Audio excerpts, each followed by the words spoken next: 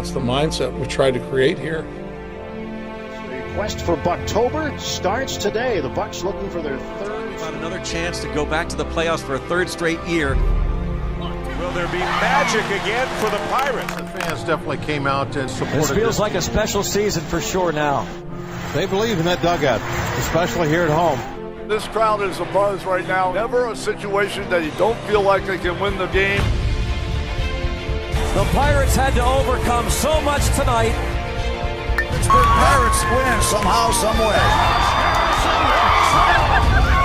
Look at these Buccos. Just continue to keep doing what they're doing. They don't want to leave this ballpark. This is a big moment for this city and this ball club. And a standing ovation. This is the time there's going to be heroes made. They've done it again!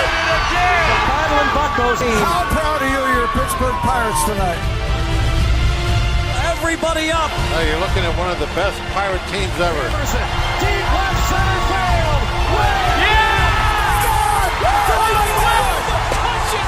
Can you believe it? Pirates win! Pirates win!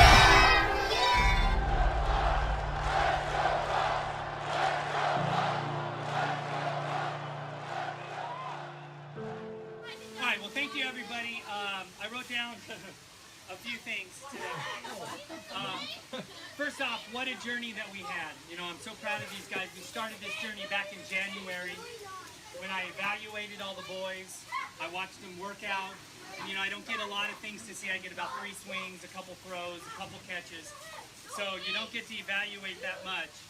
But early in the season, I didn't know if I wanted to manage. I've been managing for about 12 years now with my older son and Matthew. And coming into this year, I kind of told Billy, the president, you know, if you don't need me to manage, maybe I'll take a season out. I'll help coach Matty's team. But he said he needed me.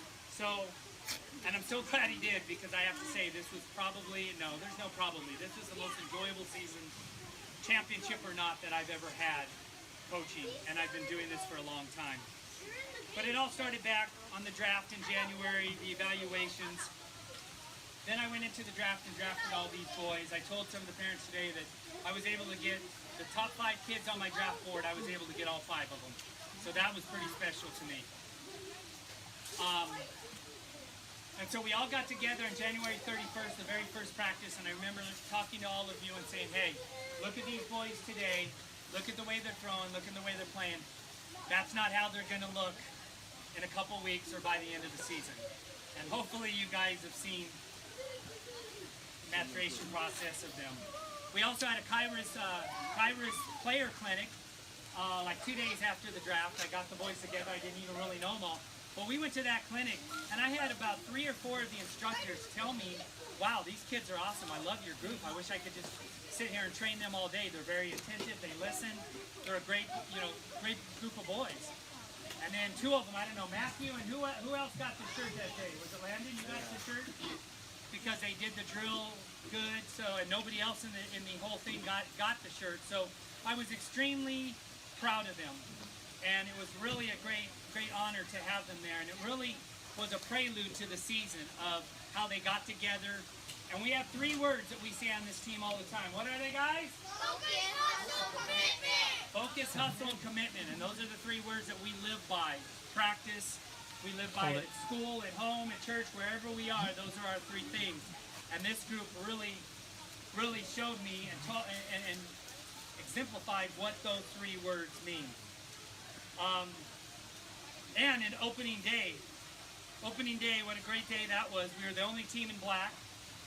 You know, again, it's not if you win or lose, it's how good you look doing it. And not only did we win, but we looked really good doing it. And we were the only Pirates, so everybody knew who we were.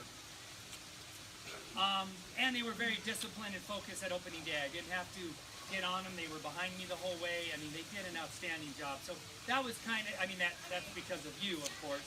But that kind of let me know that this was going to be a special season. And how many times, guys, did I say you were a special group? Like, you got tired of hearing you say that? Yeah, I know. And then it was time to start our championship journey. After opening day, we had our first game against the Dodgers, and that was a special game that we were behind, but we came back to win. A few stats before we get into it that I thought were very important for us all to know.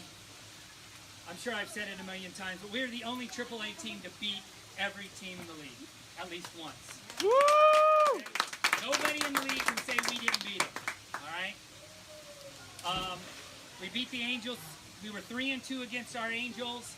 We were 3-0 against our Dodgers and 3-0-1 against our Indians. The Chino Hills teams, we were 3-0 against the Chino Hills Cubs, 2-0 against the Chino Hills Angels, and 1-0-1 against the Chino Hills Dodgers. And we were the only team in the regular season to beat the A's, and we were 1-1 against them. So we finished the regular season 13-3-2, which was a great record. We started off losing a couple games early. We lost to the Dodgers and the A's early, but we learned from those losses. And the next time we played them, we beat the A's 10-2. We tied with the Dodgers, but so the next time we played the Angels, we beat them 10-2, and next time we played the A's, we were up on them 10-1, and they scored a few runs at the end. So we made vast improvements. When we had a letdown, we built ourselves up. But a few fun stats for you. We scored 235 runs this year, which was an average of 11 runs a game, and which was really good. And we had runs against was 131, which was only 6 per game. So we outscored our opponent 11-6. So that's a good. And when you consider the walks, when you consider the open third base, that's pretty good, only 6 runs a game. Especially when you had good teams like the A's and Angels and the Dodgers, they scored a lot of runs.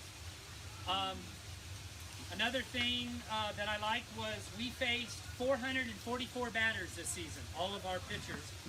And we had first strike pitches to them 211 times, which is 47% of the time.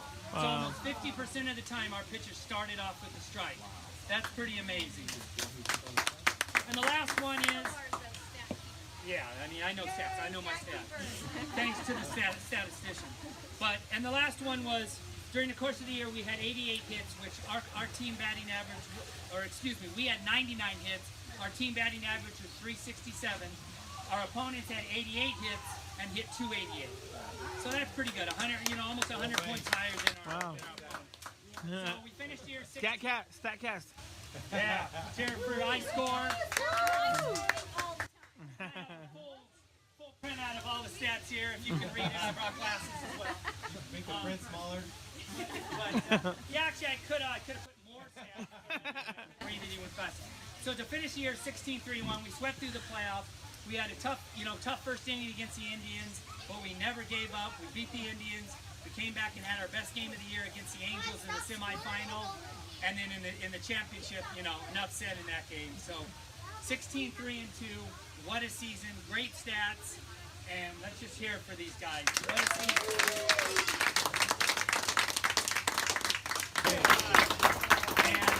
And they call this the Pirates of the Caribbean, so it's only fitting that the Pirates did it. But I do want to give my deepest sympathies. They had a huge loss this year to their family. They used to have a beautiful tree right in the middle, which is right there. And unfortunately that tree fell and crushed everything here. So they've had a tough year building this all back. But they did a great job. They have a great cabana. But again, jokes aside, thank you so much for opening your house. Absolutely.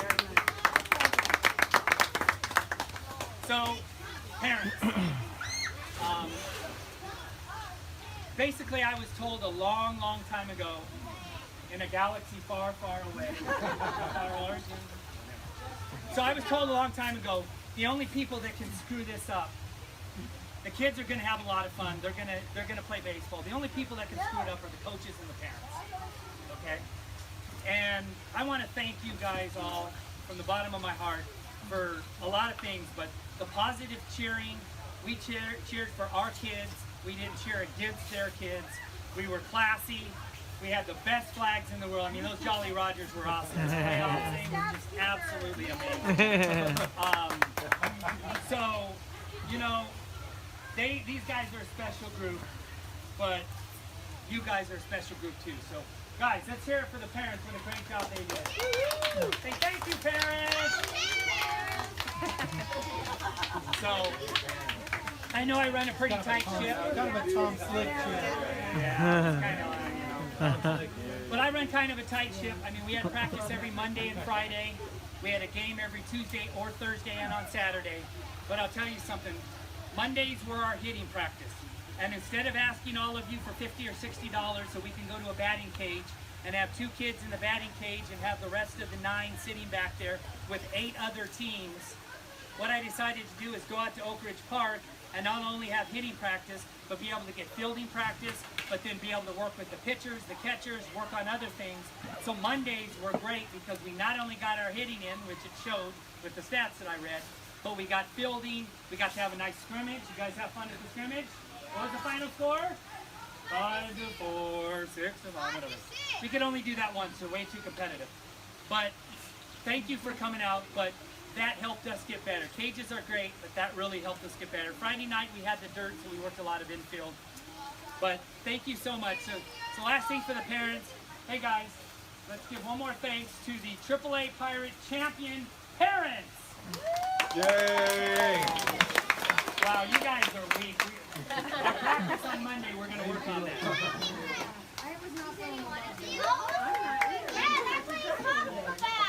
Okay. All right. So here we go. All right, the first. Okay. So now we start the awards part. The first award I want to give out today is to our scorekeeper, Kathy. A representative from the scorekeeper's family. Well, you could come up when I'm done. Kathy volunteered to be the scorekeeper. I did scorekeeping for one season. Immediately after retired and said I would never do it again. Little League scorekeeping is very tough. You've got these 3 things that are, what is those called? You have to press hard so it goes... Carbon copy. Carbon copy. Yeah, I'm not quite that old. I don't know what that is. You have carbon copies that you have to press on. It's a pain. You have to do the pitch count and everything. Not only was it Corbin's first season, but it was her first season. So I know what a tough job it is. So she did an awesome job. So what we got a little present for her. We got her some pirate pencils because she had a group of pencils all the time. And a nice little gift card from Hobby Lobby. Good place, good place. Can't go on Sundays. Close on Sundays. Let's hear it for Kathy. Yay! Well, no, that's the only day I have available. Black and yellow and your little symbol too. J Productions. Tell her thank you very much. And she also, I told her she had a game off in the championship, but unfortunately I guess the board dropped the ball, so she had to end up keeping score in the championship. So kind of stunk, but she was a trooper.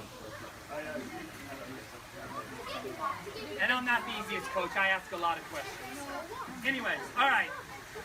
Well, as we couldn't do it without you parents, every season I go into this, I know I'm going to have Clarence, but unfortunately he's in law enforcement and he thinks that's more important to go to work than practice and games all the time. Oh, come on. So sometimes, come on. So sometimes he doesn't make it to practice. So I always get very nervous because I don't know who I'm going to have to help. And this year going into it, I didn't know. But not only did we have a championship team and a championship parents, but we had a championship coaching staff. So let's hear it for the coaches right here. Best staff in the league, guys. Best staff by far in the league. And this year, yeah, I definitely hit the jackpot. First one I want to talk about is Coach Jay. He's my son.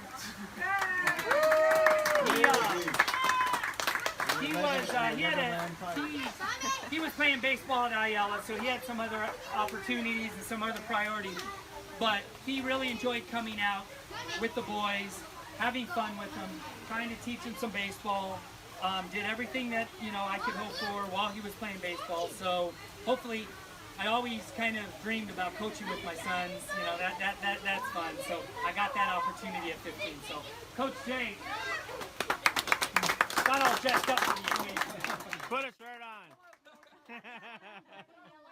So what we got the coaches here was we got him some Babe Ruth bars, some scores, some big league shoes, some Cracker Jacks, some score, some paydays because they got paid so much.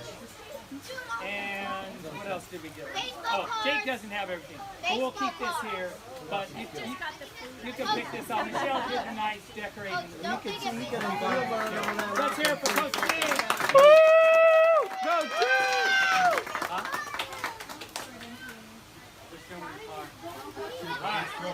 All right. The next coach I want to talk about, he had probably the toughest job, a very tough job, and probably the toughest job because most of the time, I'm talking about Coach Matt. Let's hear it for Coach Matt. Yeah! Woo! He was always the first one there. Him and Manny would be warming up as I pulled up, and Manny would say, "We're not the first ones here." I know. But Coach Matt did anything that I could ask him to do. He was my pitch counter in the dugout.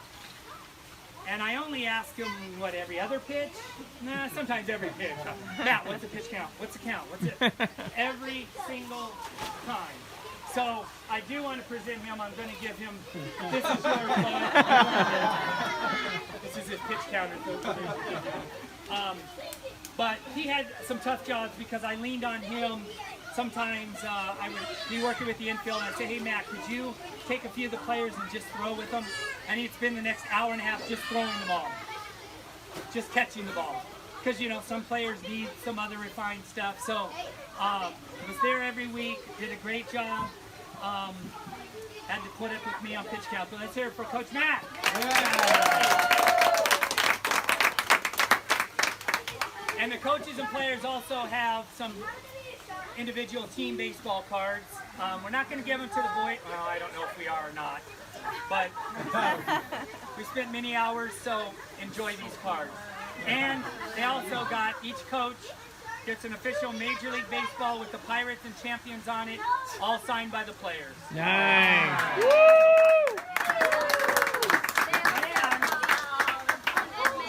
Oh, nice. That's champions. And you got Coach Matt. And last but not least, all right. Woo! It just kind of says AAA champs. I don't know. Does that matter, guys? Yeah. Yeah, it does. Thanks, Matt. There you go. And hey, you can play with that in the sand, too. And the shovels will be included later. Thanks, Matt.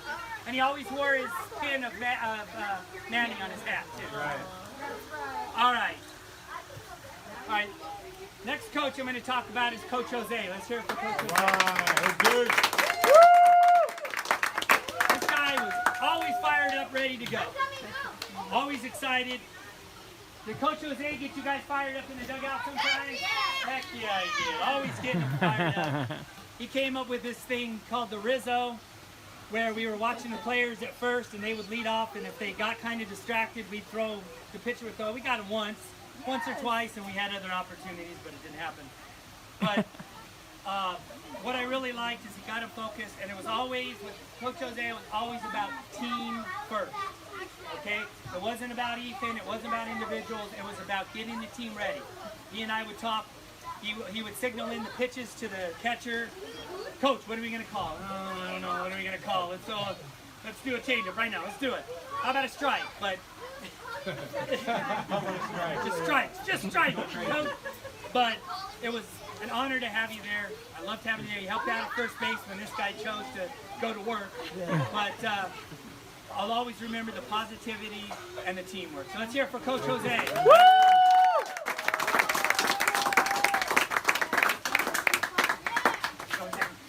Give him a see, always the players in the team first.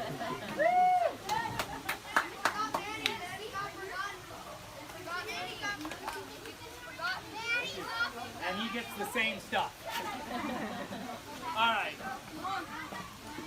And last but not least, kind of talked about, let's hear it for Coach Clarence.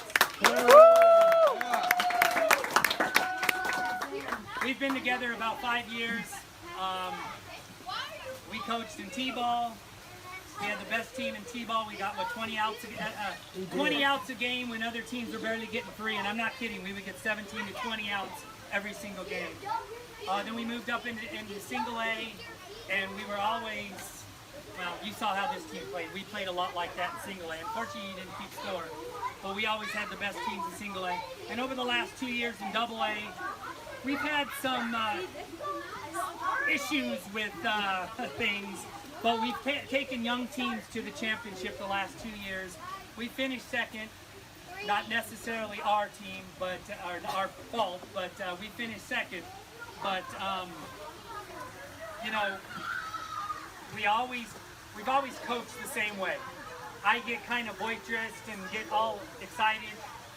Clarence is my rock back there saying, relax, calm down, it's okay. We were telling Carol, I think one of the funniest things he said to me this year was, we were playing a game in the playoffs, and I don't mean to pick on him, but Landon, ball came to him, went under his legs. It's like, oh no, and he came in, he started tearing up. And I'm like, oh my gosh, and Clarence tapped me on the shoulders. He said, you know what? You know, Landon's got to make an error and cry, and then he's ready to go. And then he made every play after this. So it's just little things like that that Clarence tells me and says, hey, we're okay, don't worry about it, calm down, you're being too loud, just relax. So we really offset each other extremely well. So again, we've been coaching for 5 years, hopefully there'll be 5 years more. So let's hear it for Coach Clarence.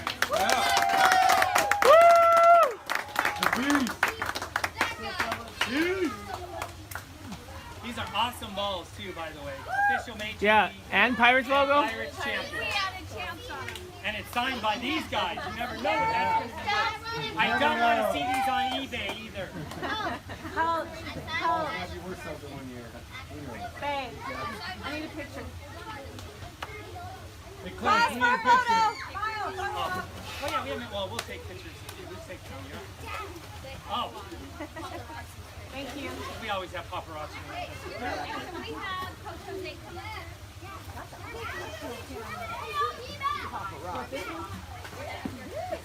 Yeah, well. Reporters. Oh.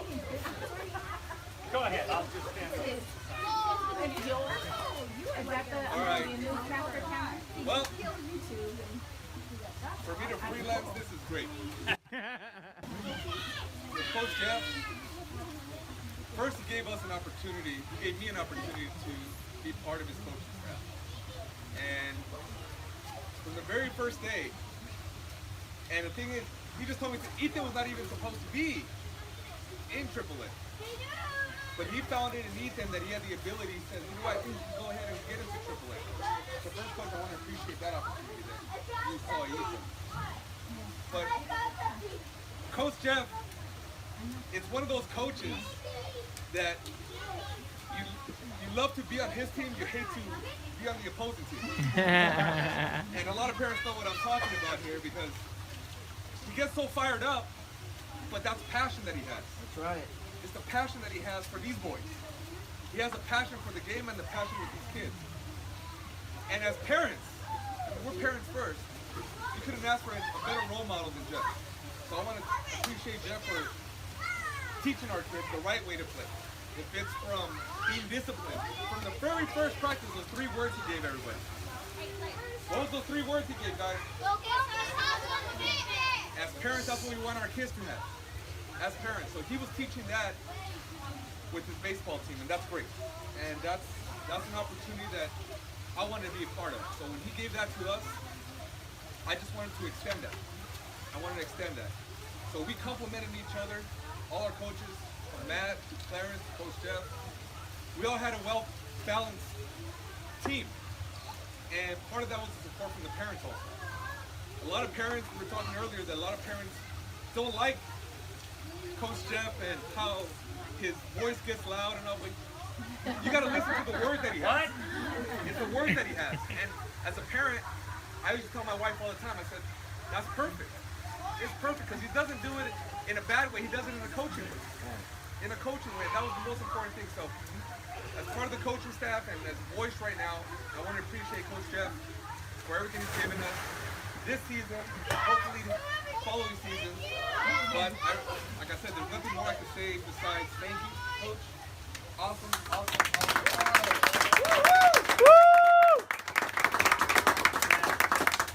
You can keep all my stuff. All right. Good job. All right. Well said, well said. We have a special award now that I want to present. This is we have never given this award. This is a special award. This is for exclusive for the Pirates, first year, 2017. You know, there's so much to do before games, okay? There's heaters when it's cold. There's flags, you know, the Jolly Rogers. We got making sure games are on, they're off. Games on, off, the game times, doing that kind of stuff. Where are you? But this person made sure that the banners were hung so nicely. And hold on, hold your applause till the end, please. Made sure that they were in batting order so there was no confusion. Okay? He didn't like I put them out of order. Yeah, I mean, they were always in this order.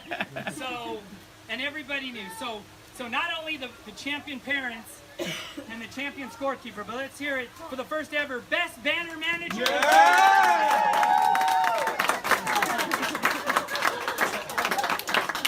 Show them your banner. That even says Banner Manager.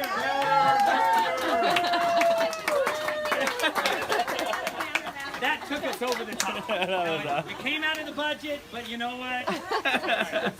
Now he's going to want to renegotiate because he got the award. All right, now the reason why we're here, okay? You know, it's our turn. Funny. Awesome. That is awesome. I've been telling them since day one this is a special group of boys and young men. And it wasn't just lip service. I told them that every practice. We can be as good as we want to be. It's not about what they do, it's about what we do. You know, I didn't go out, a lot of the coaches were out watching our games and other games. I don't need to go scout other teams because it's what these guys do. If we play our game, we're not going to be beat. All right? And at this level, of course, you can scout at the older level how they hit, but at this level, we're all just trying to throw strikes. I mentioned that I was able to get the top 5 of my team, which was phenomenal. And just the great feeling. I mean, I think Jose made a comment about it. I told the coaches, second practice, this team's going to win it. I told the boys, who did I say who the championship was going to be? There was no doubt in my mind it was going to come down to those 2 teams. Write it down. Yeah, we wrote it down. I said, write it down. Did you write it down? Yeah. Okay. All right. So the first player I want to bring up here is number 6, David Franco. Where are you at, David? Sit in the captain's chair, please. He was number 6. Jersey number 6. All right. It's been a tough season for David. There's been a lot of ups and downs. Had some personal issues that he was going through, and we won't get into that. But you know, fortunately, he missed some games of practices, and unfortunately, wasn't able to be at the championship game. But the one thing I will remember, this is an official Pirate Game baseball with a P on it, a used game ball. Let's hear it for David on a great season.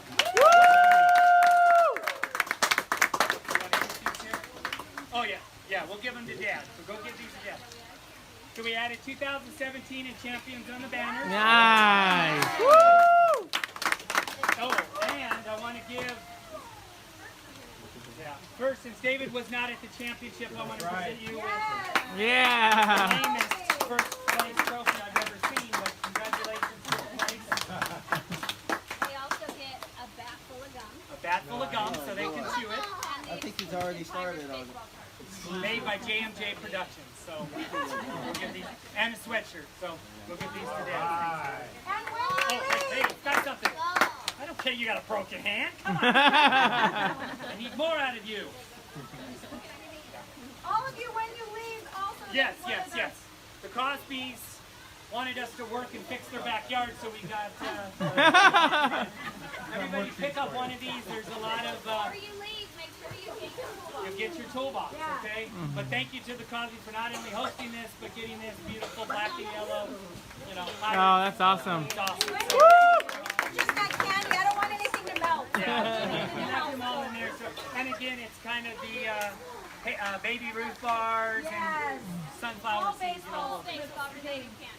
More big meat. All right.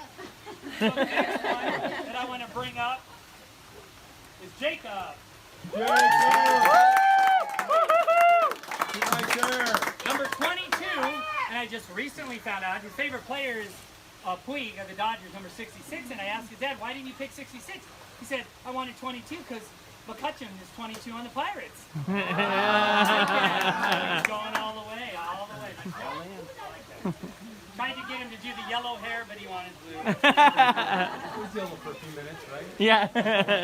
So Jake came to me. I had played against Jake over the years, but he improved week after week. We worked him with his throws, his catching. He was an outfielder for us. He played primarily right field. Him and Corbin rotated in right field for us. He also played left field when we had games where we were short players. But the one thing he really improved was his hitting. I mean, big boy like that with the swing that he had, we really worked him hard on hitting. And towards the end of the season, man, he'd get up there and he was taking some hacks and hitting the ball. The two games that I remember the most is Game 11, which was a win against the Cubs 16-5. He got his first hit of the season. He went 1 for 2 with an RBI. He drove in a run and scored a couple runs. So that was a great game to get his first hit. And then, great game. And then in Game 14, a 15-1 win over the Chino Hills Angels, he put the ball in play twice to the right side with runners at third, and they came in both times. Now he didn't get the hit, they threw him out, but 2 RBIs on that gave us runs. That's baseball right there. Yeah. Right side, yeah, that's right. That was Game 11 when he started us off with a hit. I mean, again, these aren't all the games. These are just things that I remember. So what I want to do is I want to give Jacob the Game 11 ball. This is from Game 11, the game that got his first hit, so his first hit of the season. And then, of course, all the rest of the goodies. So let's hear it for number 22. Championship. Let's hear it for Jacob. Great name, by the way.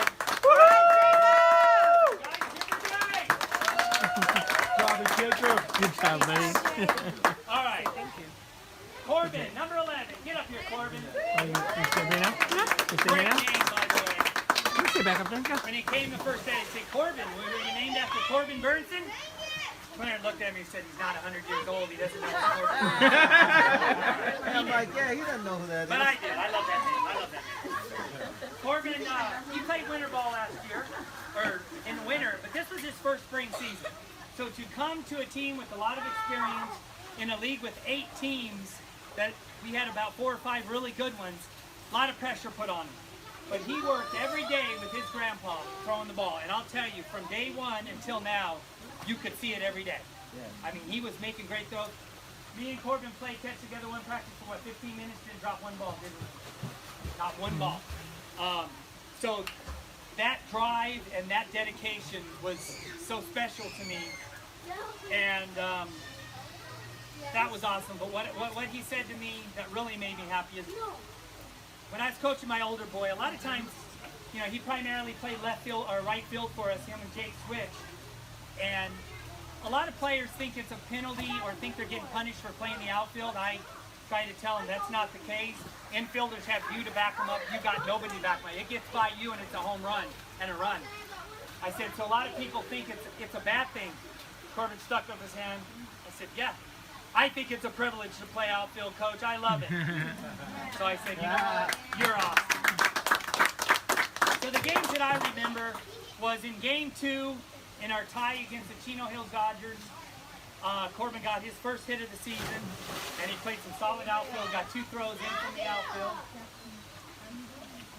Oh, yeah, not only his first hit of the season, but his first hit ever in Game 2. Oh, nice. Woo! And let's just say this, and I'm sure we all remember this in the championship game, hit the ball to the right side, scored the 5th run in the first inning to give us a 5-run lead. They only got 4, so give us an advantage. So in the biggest game of the year, hit the ball to the right side to get the run in. That's baseball. So Corbin, great season. Let's hear it for number 11, Corbin! Hey, Coach. Yes. And remember, he didn't run into that out. Remember, he went to second base? That was huge for us. That's right. Yeah. Another huge play in that championship game was he was at second base, and we hit second and third. We hit a ground ball. They hit it to short. He froze at second base. We scored the run. They threw him out at first, I think. Whoever ran the first. Yeah, that's right. We got the base hit. He froze. Yeah, remember I got the Yeah, that was a huge play. Now that doesn't go into the scorebook, and I forgot about it, but thank you.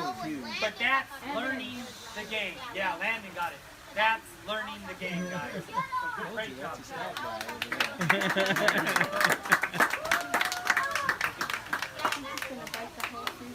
All right, good job, Corbin, number 11. I want to bring up number 23, Ethan Saucedo. All right. as Dad and Coach Jose said at the beginning, on their original sheet, they circled AA. Because Ethan just turned 9 in February. So he's by far our youngest player. But you know what? When a coach is seeing talent out there and he's evaluating people, I don't really look at the age, I look at the talent. And I saw a fast kid with a good swing and a good arm, and I said, you know what? If Dad refuses to play and wants him in AA, then that's okay. But I wanted to take a chance, and I'm really glad I did because he was our center fielder. At the beginning of the year, I basically looked at him and saw his speed, and what I did in the outfit this year is I had Ethan in center field, I had Jacob and Corbin in right, alternating each inning, and then I had David and Evan and Eli switch in left. I always had Ethan shift over a little bit to help Corbin and Jacob because they weren't the fastest in the world, and I knew that the other guys could handle. But what a job he did! I mean, with that wheels, I mean, he was backing people up, and Coach Jose is a lot like me and even Clarence, Coach Matt. We're not the easiest on our own kids. We kind of get on them. So he got on him, and he made him a great ball player. Very talented kid. Glad to have him on the team. He's going to eat up the AA or AAA division next year. Mark my words. I have a couple games that I want to talk about. Game 9, which was a win against the Chino Hills Dodgers, which I don't know if they won the championship or not, but they did beat the A's, but they were the second best team.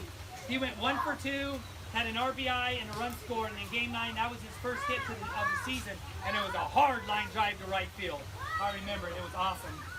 And then in the playoff win, Game 19 in the playoff win against the Angels, he got that rally going and kept it going. He got a double, and as he was rounding going to second, I'll never forget, I looked over to say good job, and he was dabbing. He was dabbing multiple times.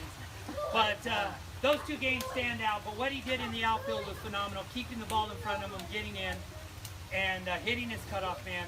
So let's hear it for my center fielder, number 23, Jakey.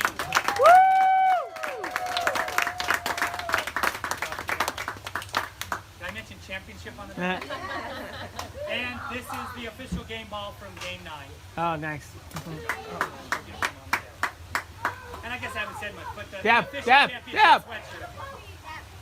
Dab, dab, dab! All right. All right, the next one I want to bring up here is number 1. Let's hear it for Eli! Woo! Championship chair. All right. Relay played multiple positions for me this year, third base and outfield. Made some really solid plays at third base. We worked a lot on his throws. I had him at third base because he has a very strong arm. And playing third base at this level, that's what we need to be able to make that throw from third base. He played outfield for us, made some catches in practice. He was catching everything. So I had a lot of confidence in him in the outfield. And the game that I remember, well, I remember practice. Eli, what would you say, Coach Jose? They didn't like to swing the bat all the time? So we used to really get on them, swing the bat. Because as you see, when they swing the bat, the ball flies, all right? And I remember it was the first game against the Angels. He struck out his first at bat. In his next at bat, we said, you know what? You better not swing the bat. In that at bat, he had a shot home run to deep right center field, ran around the bases, had the biggest smile on his face. And all Coach Jose had to say was, see what happens when you swing the bat? So when they swing the bat, they're unstoppable. It's just getting them to do that sometimes. But Still trap that memory right there. So not only that one, but multiple games, and he got some big hits for us, big plays in the field. Just a pleasure to have him. Always got him and Nick mixed up. They always had to correct me. But the good thing is, they're big sunflower seed fans, so they would always bring sunflower seeds. We'd have special meetings about our sunflower. So let's hear it for number 1, Eli. I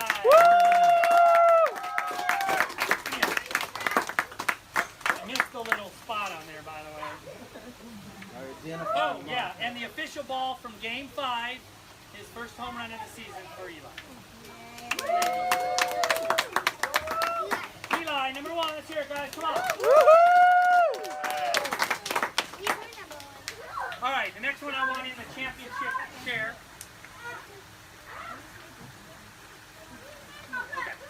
number 17, Evan McNeil.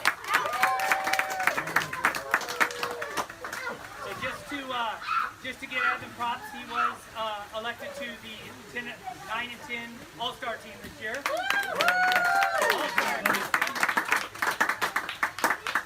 So Evan's season this year, last year, I don't like to go back, but last year he was leaned upon every single game to come in and pitch, which was a lot of pressure on him. And so I told him going into this that him and Maddie was the same way. I said, I'm not going to put as much pressure on you guys this year. We have older kids on the team. Well, that didn't work too well. But Evan started off on fire, pitching lights out.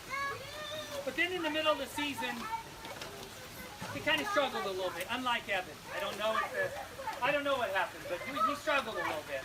And I was a little bit worried about him. I didn't know if something was going on. I asked parents, is everything all right? Yeah, I don't know. But, I didn't ask that much of Evan this year. He pitched, he played catcher, he played first base, second base, third base, shortstop, and he played the outfield. So I don't think I asked that much of him, but that might have been a little bit of it. But the second half, he just completely turned around. I asked Clarence, I think a month ago, I said, did you talk to him or anything? He goes, no, why? I said, because he's done a complete 360. I mean, this kid now is focused. He's doing everything. He's pitching lights out. He's making plays on the field. He's calmed down. He's hitting. And it was awesome. It was just like, I always tell the boys, at a certain point in your life on a lot of things just click. And I think it must have just clicked. And it was awesome, let me just say. I've coached him for 5 years up from T-ball, so it's so fun to watch him grow and to see where he's at. And a big game for him was game 1. A big win against the Dodgers to start the season. He pitched 3 innings, got the win, and walked nobody. And you know how hard that is. So that was a big game. But the biggest game I think he had all year, and the most proud of him I was in that first game, the first playoff game against the Indians. He came in the last inning to close the game. And a ground ball came to him, or no. A little pop-up came to him. He almost dove for it. He didn't catch it, but he was calm and composed, got up, made a perfect throw to Maddie, only place he could up here. Maddie made the catch. We got that out, which was the first out, which was huge. But even the bigger out was we had bases loaded at the time. We're only up 10-8, okay? The ball tipped back to Evan at the pitcher's mound. I know I was yelling. I think we were all yelling, first, just get the out. No, Evan says, you know what? There's only one down. We need to cut off this run. He goes home. Nick makes a great catch. We cut off the run. We make the second out. The next batter, I believe, struck out. We win the game. It was a line shot to you. Oh, that's right. Line He shot hits to the dice to Josh. Josh backed it down, runs it. That's right. So if that run comes across, or if Josh doesn't do it, wow, it could be a different season. We might not be here as champs. But we'll talk about that Josh character later. But that being said, that was some great plays that saved that game to get us to the semifinal. And then, of course, in that semifinal, Evan hit probably one of the longest balls I've ever seen him hit. He hit that triple over the left fielder's head, scored 3 runs, and basically that game gave us the lead that we never looked back on. So I'm going to give him the playoff game against the Indians. I put a little P1 because it's the playoff game 1. But the playoff ball against the Indians for pitching, for hitting, for that triple. But I'm so proud of him. I've been around the family for years. They're like family to us. And it just wouldn't be the same without Evan. So let's hear it for number 17, Evan. Evan. We'll have pictures after, but we can get a next one. She thinks she's part of we're family, so she can do whatever she wants. Thank you, Evan. All right, let's bring up number 42. Who would that be? Hey, all right. Hey, you've been up here. Oh, sorry. It was so funny, one game, the scorekeeper came up to me and said, what's going on? This kid's hitting flight. You got 2 of the same guy in the team. I always wrote down Nick and Eli and even put their names, but they got confused. So anyway, and I guess batting them back to back didn't help either. All right. So what I will say about Nick, the biggest thing is, as a coach, my boy doesn't play catcher. And Evan doesn't play, well, he does play catcher, and he did a great job of catching, by the way. And he only asked me to catch how many 100 times, Clarence? Yeah, about 500. Like every day, can I catch, Coach? Can I catch, Coach? He finally got to catch, he did a great job, but this isn't about you. I already talked about you. But as a coach, catching is such a hard position. And especially now in AAA, as you all saw being fans, you have drop third strike. So if you strike out a batter and the catcher drops it, he can run to first and he's safe. Right. And third base is open, so they can score at any time. A pass ball, or hey, if I'm lazy and throw it back to the pitcher. But I will say this about Nick. Nick was a player that I asked to play catcher at the beginning of the year. But Nick is now a catcher. Woo! And I want to thank Grandma for buying him gear, because Nick went to her and said, "Hey, Grandma, Coach Jeff said you have to buy me gear." And so she did. Was it your grandma that did that? Yeah, Grandma and Papa. So I just want to say, I did not say they had to. I said it would be better if they did. But she went out and bought him gear, and thank God she did, because Nick, you played an outstanding. I am so proud of you. And the thing about it is proud is you all saw that first Angel game. The first Angel game we played, it was the 4th game of the year, or 5th, or I don't know. I'm sure Evan will tell me. What was it, Evan? 5th game of the year. I always have Evan to get the right stat. But it was the 5th game of the year. The Angels had played AAA the year before. So in that game, every time they walked, they would run to second. They were scoring. They would try to score at home. And Nick was struggling a little bit at that point because, again, he was a player playing catcher. He wasn't a catcher yet. But did you see the championship game and the semifinal games? How many steals did they have? How many times did they go home on pass ball? How many times did they walk and go to second? 0, okay? Because Nick was a catcher. That was huge. How many pass balls in that championship game? Not many. Not many. Not many. How about that pop-up? The pop-up. Yeah, pop-up. Yeah, I got that. Awesome. Hey, parents, that needs to be. All right? It's right here. He caught 2 pop-ups this year, by the way, behind the plate. But in the biggest game of the year, I saw the ball go up, and he kind of just did it like a catcher. Threw his helmet to the side, looked up, and caught the ball. That is awesome. And I mean, again, this is not somebody that's been catching since they were 5. This is somebody that just started catching. I like to say it's coaching, but I think it's a little bit of both. Great job on that. But in the biggest game, and again, not only did they catch a pop-up, but let's not forget the last play of the championship. Oh, his brother. It's a brother sibling robbery. But let's not forget, we had a strikeout on that on one of the last outs.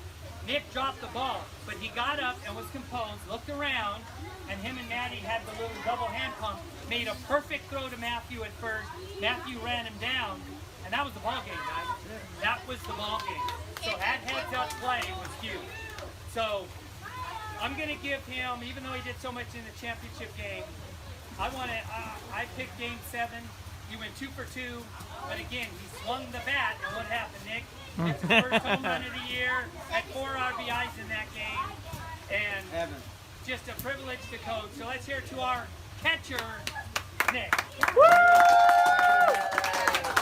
Nicky. So the official game ball of Game 7 this year. Champions. And your sweatshirt, your official sweatshirt, and your cards. Michelle wants them to open them. I don't. You as parents can decide.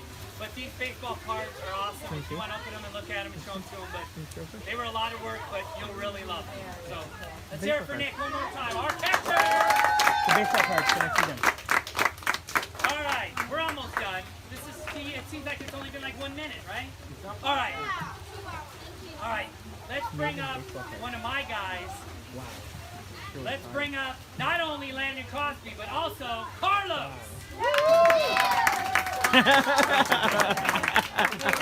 And if you all are going, who the heck's Carlos? Who's Carlos, Landon? His hair is Carlos. So, what I want to say about him is I love coaching this kid. He's now been on my team 2 years in a row. And I want to tell you guys a quick story. Probably not. I'm getting to that. Thank you. at the draft, I drafted a kid that was an 11-year-old, and I was told that this kid was in AAA for the last 2 years, and he's not going to be too happy. And so when team mom Michelle called the dad, he was very upset, was very rude. I think almost hung up on him, saying he's not playing AAA, goodbye, play. So I decided to call him back and said, so I called him back and spent about half an hour on the phone saying, hey, he's in AAA, but I had the honor to pick him. He's going to be a leader on our team. He can pitch, he can do that. I talked to the boy himself, but he felt slighted because all his buddies were playing majors. So he said, we're going to go maybe try out for a travel ball team, I'll let you know. Michelle kept saying, you know what, you don't want somebody on your team that doesn't want to be on your team. So the next night he called us and said, you know, he's going to play travel. I said, okay. And I called Billy and Donnie and he said, well, do you have anybody in mind? And I looked at Michelle and I said, I don't remember seeing Landon trying out. I said, get on the phone right now and call Glenn and Carroll. Call him right now. So Landon wasn't going to play.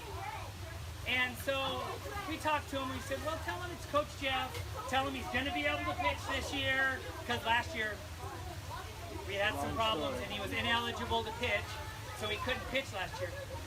But every single game, every single play he made, every single out he made in the field, every hit, I always thought to myself, gosh, you know what? He was almost not going to play.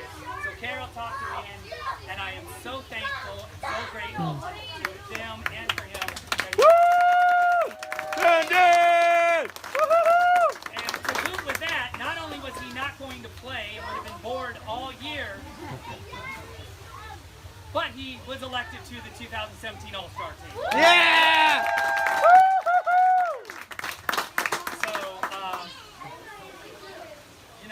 So with that being said, again, a privilege to coach, always given 100%. I know all the coaches will agree with that. But the games that I looked at that I really remembered about Landon was Game 6. Even though we lost to the A's that day, we dropped down on him. I think it was 6 or 7 to nothing after like the first inning and a half. I brought Landon in. He pitched 4 innings. Only 51 pitches, and struck out 5 batters. Now we ended up losing that game, but he only gave up 1 run, and we ended up losing 8-5. But he came in and showed me that no matter if it was against what team, and this was the A's, he was going to be poised, and he was going to be ready to, when his number was called, he was coming out and doing the job. So that was awesome. Then in the semifinal game against the Angels, playing second base, sure you guys remember, he was at second base. He kind of just made this awesome dive to his right and got the ball, got to second base and got the lead runner and got it out. Yeah. Awesome play. Now, of course, being the coach I am, I said, great play, but if you would have tossed it to Manny, we maybe, learning experience, but a great play. Because if you're not, you got to always be thinking there's a couple steps ahead. But the reason Landon, well, let me go back. This is the championship game. I'm going to give you a scenario. Championship game. Pirates up up 9-7. 9-7. We're up 9-7. Runners at, I got to write this down. Runners at first and second.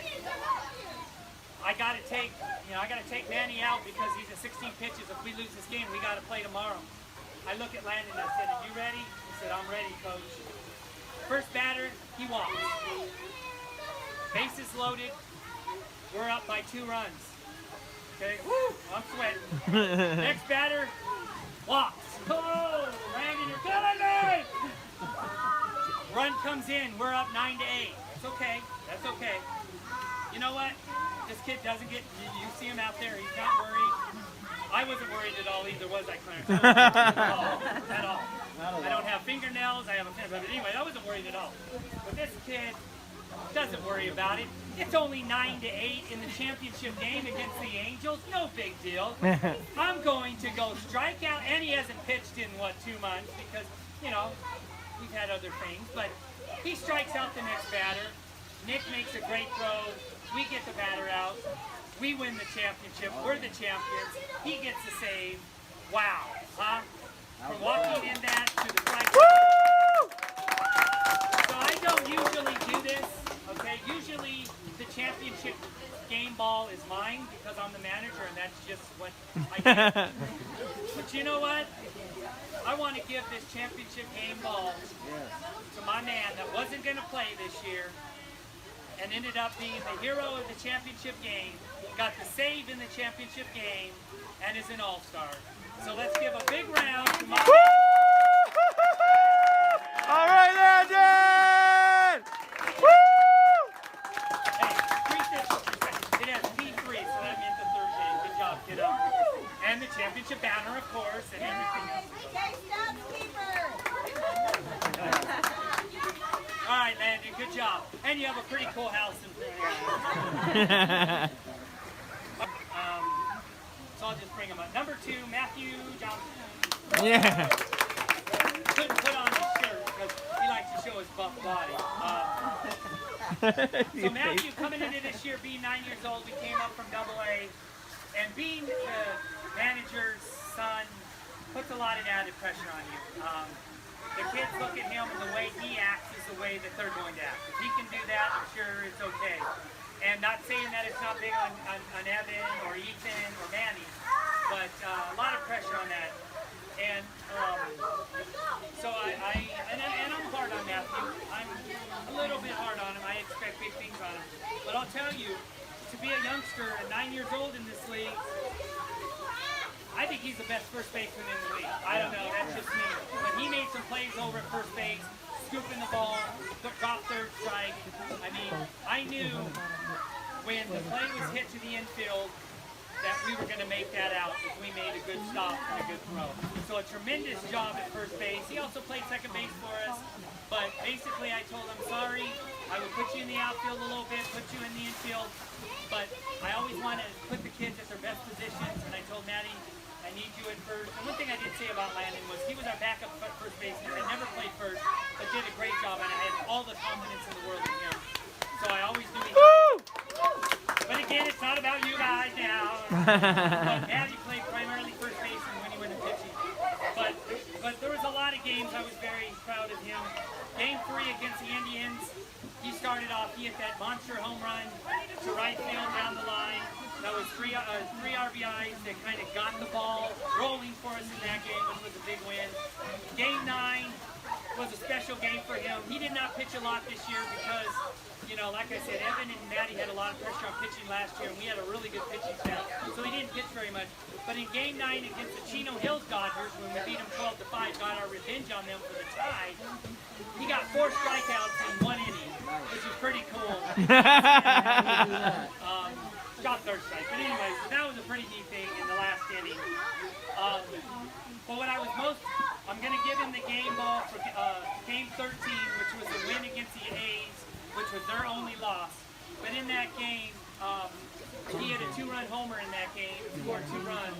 And to hit a monster home run to right center gap in a big game like the A's, that was just something that was very special to me as a coach, but me as a parent as well. He had some great catches in the playoffs and made that run down in that championship game. Nick made a great throw, but instead of throwing the ball to second, he ran down the runner, knowing that if I can get to him first, that runner's not going to score. If we get him in a rundown, they tie that game and we have to hit. So that's baseball. So I'm going to give him Game 13, the win over the A's. The only loss the A's had in the season.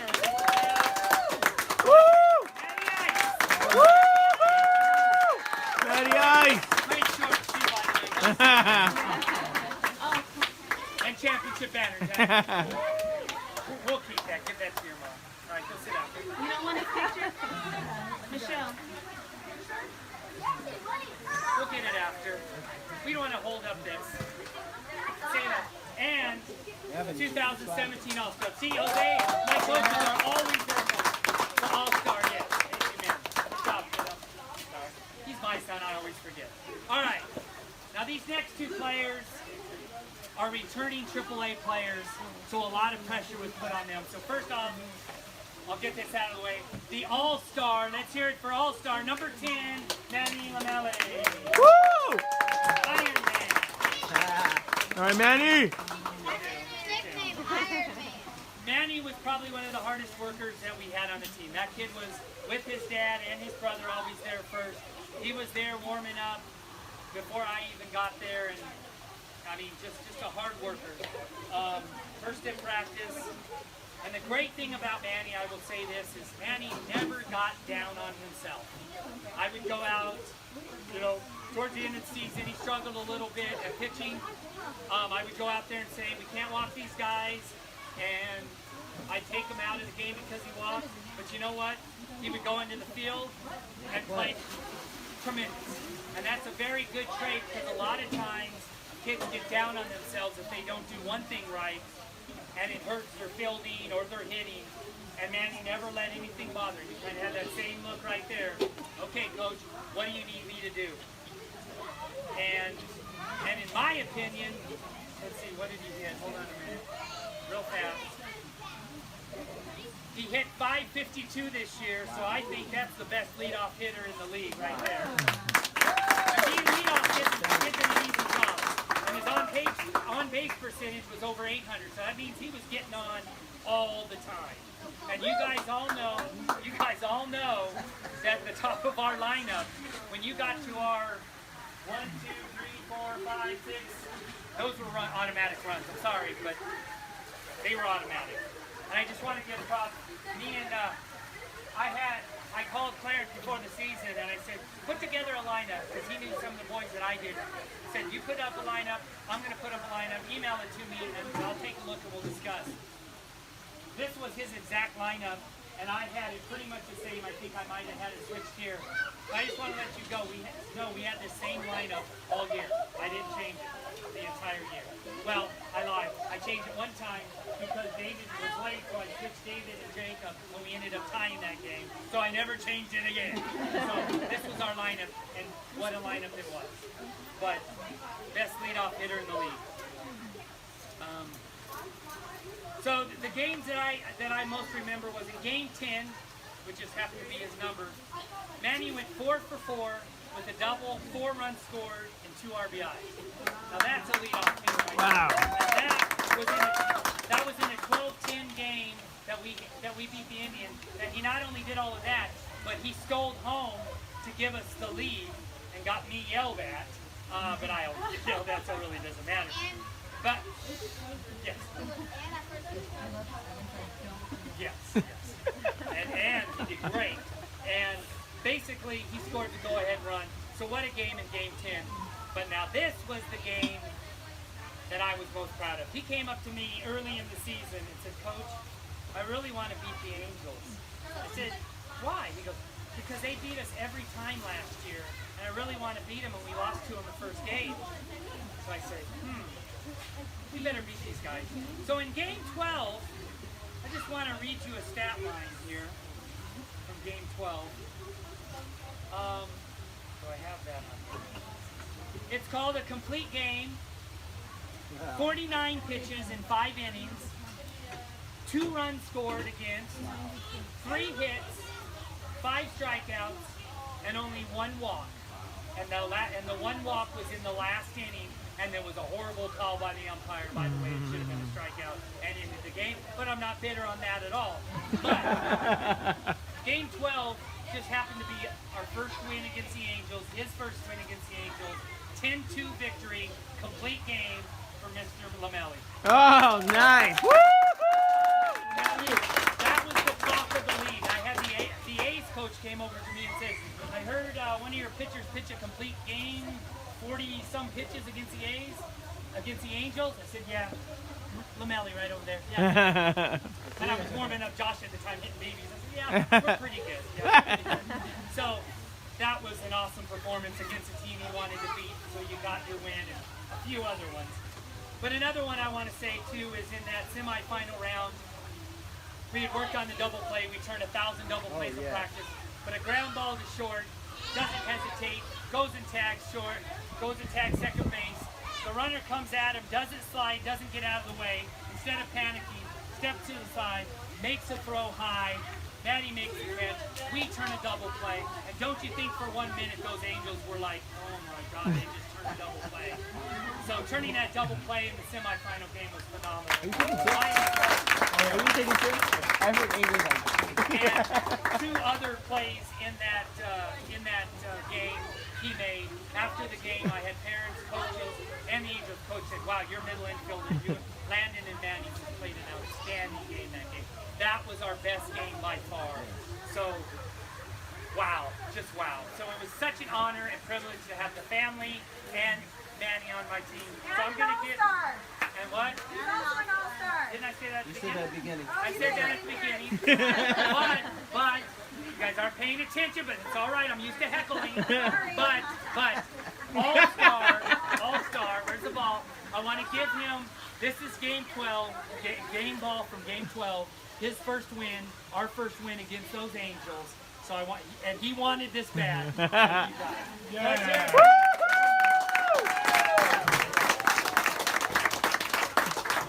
Championship banner. I don't know if I said that.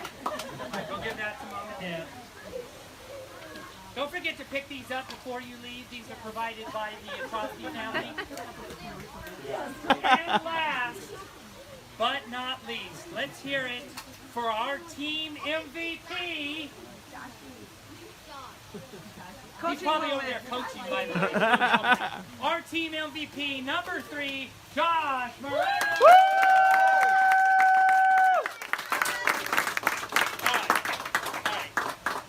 First off, Josh tried out because the league screwed up his age. He tried out as a 10-year-old this year. And being a 10 number and trying out with the 10-year-olds, the majors managers were told at the beginning of the year that they were not going to be able to draft 10-year-olds this year. So they didn't even evaluate 10-year-olds. They only evaluated the 11 and 12-year-olds.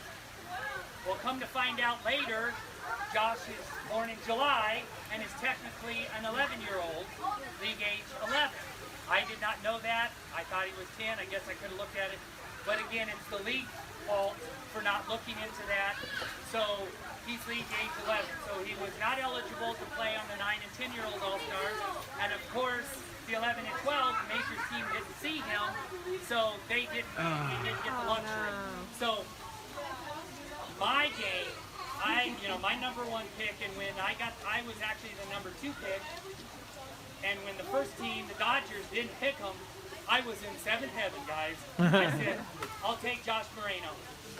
So they're lost with my game, but I just wanted everybody to know that Josh should have been playing in majors, eating it up in majors, probably would have been an all-star as an 11-year-old, but unfortunately he wasn't able to do that. But I think this was a pretty good number 2, right? Don't you think? I think so.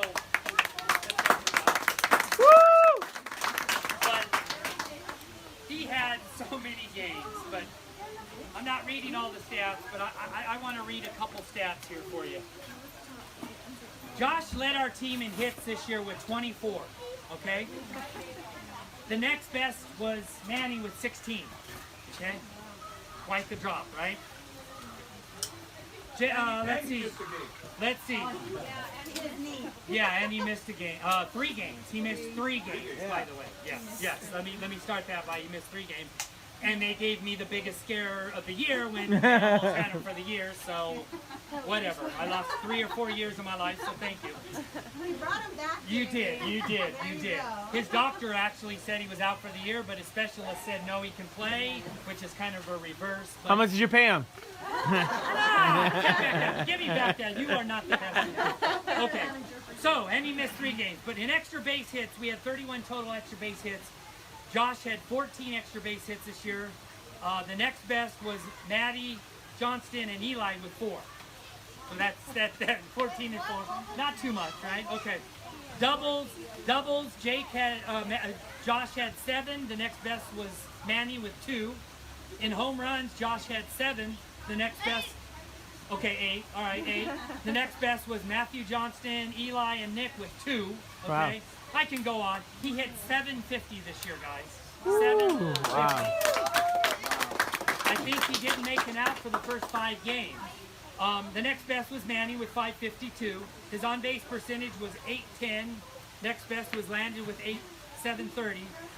And the biggest stat I will say of all of them is we struck out 117 times this year as a team.